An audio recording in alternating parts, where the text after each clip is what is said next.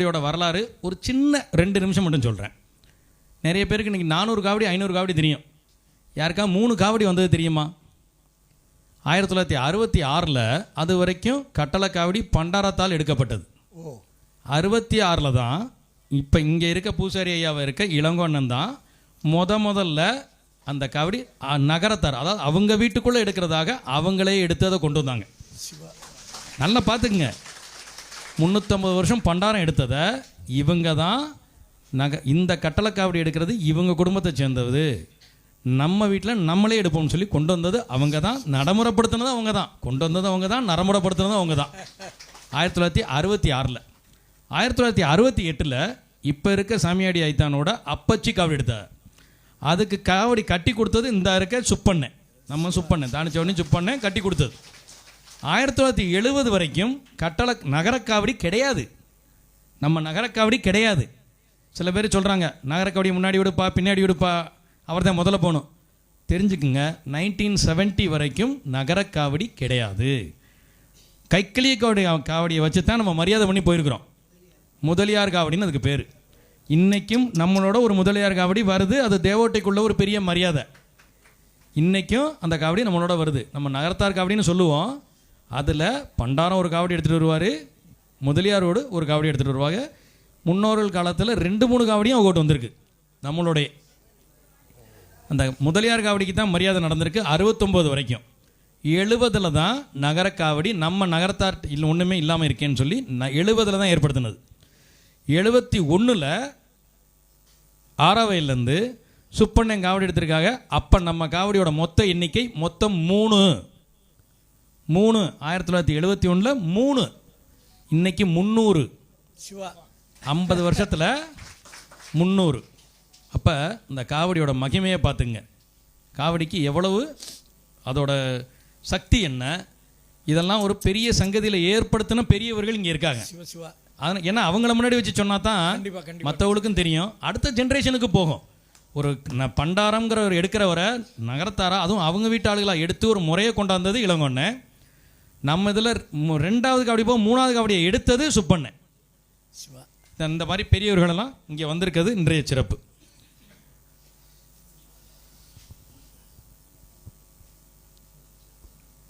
அடுத்ததா இது எங்களை பற்றியெல்லாம் சொல்லிட்டேன், 3 பேரை பற்றியெல்லாம். இன்னைக்கு வந்திருக்கவரை பற்றி சொல்ல வேண்டாமா?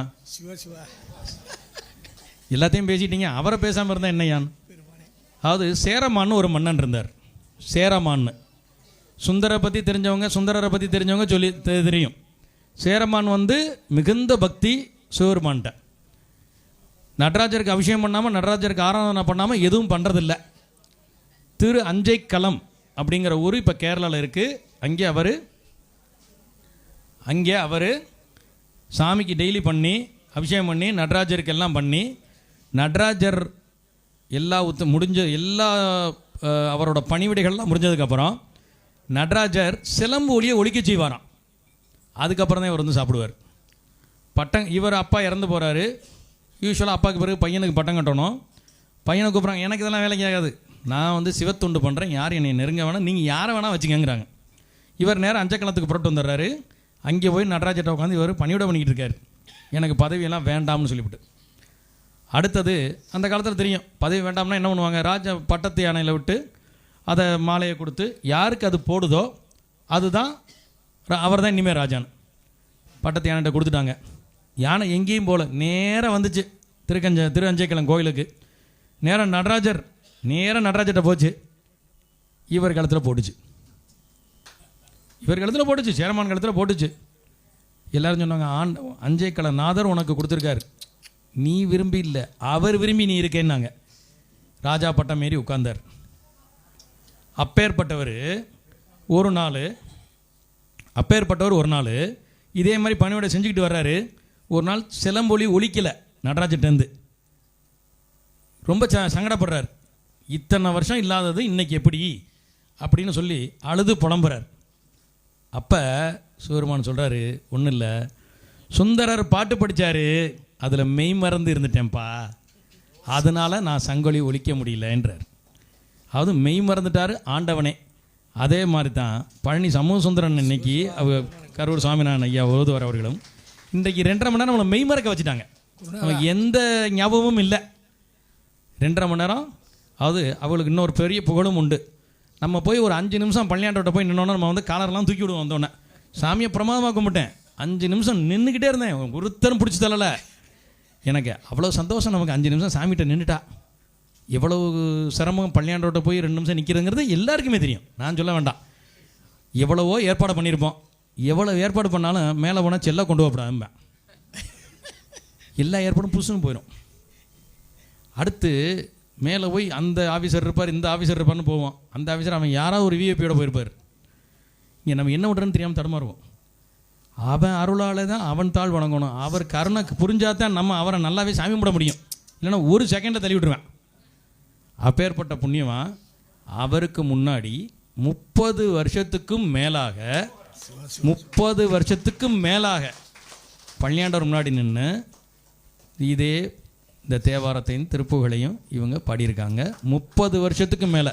அப்போ எவ்வளவு நாள் இவங்க அவரை தரிசனம் பண்ணியிருப்பாங்க. இந்த பாக்கியம் யாருக்கு கிடைக்கும்? இந்த பாக்கியம் யாருக்கு கிடைக்கும்? இன்னொன்று, சமூக சுந்தரம்னாலே உங்களுக்கு நல்லா தெரியும். சமூக சுந்தரம் வந்துட்டாருன்னு. அதுவும் பழனிலேருந்து வேற வர்றார். பழனிலேருந்து வர்றார். அடுத்து கரூர் சாமிநாதன் ஐயா. அந்த குரல் ஒன்று போதும், ஒரு குரல் போதும்.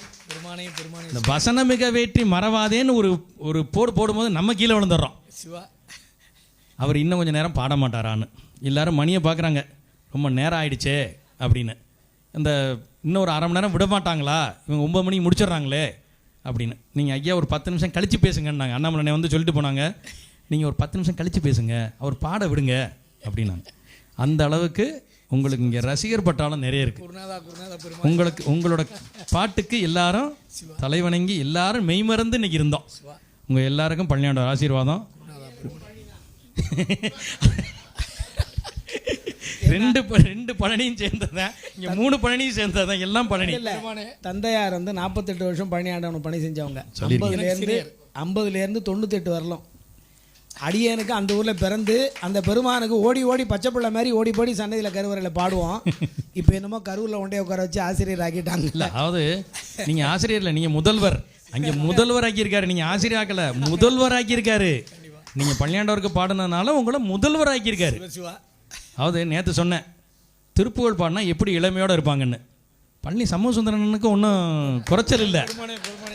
ஓகே, என்னைய பக்கத்தில் அவருக்கு பக்கத்தில் வைங்க, நான் தான் வயசானவனாக இருப்பேன். நீங்கள் நல்லா பாருங்கள், அவங்க குரல் அதெல்லாம் நீங்கள் பார்த்தீங்கன்னா இந்த திருப்புகழோட மகிமை இவங்களை சொல்ல வேண்டாம். ஒரு நாரத கான சபாவுக்கு ஒரு தடவை போயிருந்தேன். அங்கே ஒரு 10 நிமிஷம் தான் கொடுப்பாங்க. அதுக்குள்ளே நம்மளோட கச்சேரி நடத்திடணும். நான் எதாச்சும் உள்ளே போய் உட்காந்துருந்தேன். அங்கே பார்த்தா நம்ம கரூர் சாமிநாதையா வந்திருந்தார். இது சோலாவாக தனி பர்ஃபார்மன்ஸ். ஒரு 10 நிமிஷம் தான். இவளுக்கு தான் ப்ரைஸ் கிடைச்சிச்சு. அன்னைக்கு 30 பேர் அன்னைக்கு நடத்துனாங்க. அதில் ஃபஸ்ட்டு இவங்களுக்கு தான் கொடுத்தாங்க, நாரதகார சம்பாவில் டீனரில். இந்த மாதிரி ஒரு பெரிய ஒரு வித்வான்களை, பெரிய ஓதுவார்களை, இவங்களெல்லாம் பழனியாண்டவர் நமக்கு கூட்டு வந்து நம்ம இருக்க இடத்துல உங்களுக்கு ஆசீர்வாதம் பண்ண வைக்கிறார். இதுதான் உங்களுக்கு பெரிய புண்ணியம். பழனிக்கு போய் நம்ம பல புண்ணியத்தை தேடுறோம். இங்கே பழனிக்கு போகிறதுக்கு முன்னாடியே பல ஆசீர்வாதங்களை அவர் தந்தருள்றார். எல்லாம் எம்பெருமான் தண்டாயுதபாணியின் கருணை. இதைத் தொடர்ந்து இப்போது போற்றியும் தீபாராதனையும் நடைபெறும். ஓம் சக்தி வேலவா சரவணா போற்றி. ஓம் ஆறுமுகத்தியம் அண்ணலே போற்றி. ஓம் ஆறெழுத்து பொருளானாய் போற்றி. ஓம் பன்னிரு கண்ணுடைய பரமா போற்றி. ஓம் மன்னிய திருவருள் மலையே போற்றி. ஓம் பவளவாயாருடை பகலா போற்றி. ஓம் தேவர் சிறை சேவகா போற்றி. ஓம் ஆறிரு தடந்தோள் அழகா போற்றி. ஓம் ஐயா பன்னிரு கையா போற்றி. ஓம் வையா புரித்தவள் மெய்யா போற்றி. ஓம் குருவடிவாய் வரும் கோவே போற்றி. ஓம் திருவடி தொழுதிட அருள்வாய் போற்றி. ஓம் பரிசிலத்தாங்கும் குறிசில் போற்றி. ஓம் வரிவில் ஏந்தும் வானவா போற்றி. ஓம் சேவற்கொடி திகழ் சேவகா போற்றி. ஓம் தேவர்கள் சேனை தலைவா போற்றி. ஓம் வெண்ணீரு அணியும் விமலா போற்றி. ஓம் கண்ணுள் மணியே கனியே போற்றி. ஓம் தண்டபாணியம் தலைவா போற்றி. ஓம் குண்டலம் ஒளிரும் அழகா போற்றி. ஓம் வேதப் பொருளை விரித்தாய் போற்றி. ஓம் தேவகுஞ்சரி மணம் செய்தாய் போற்றி. ஓம் அருந்தமிழ் வளர்த்த ஐயா போற்றி. நம அருள் தாராயே.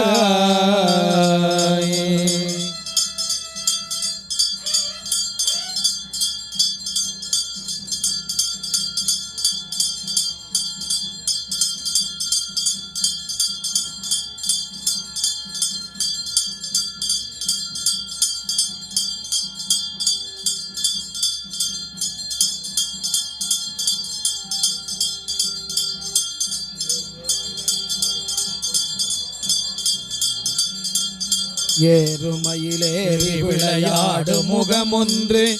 ஈசருடன் ஞான மொழி பேசு முகமொன்று. கூறும் அடியார்கள் வினை தீர்க்கு முகமொன்று. குன்றுருவவே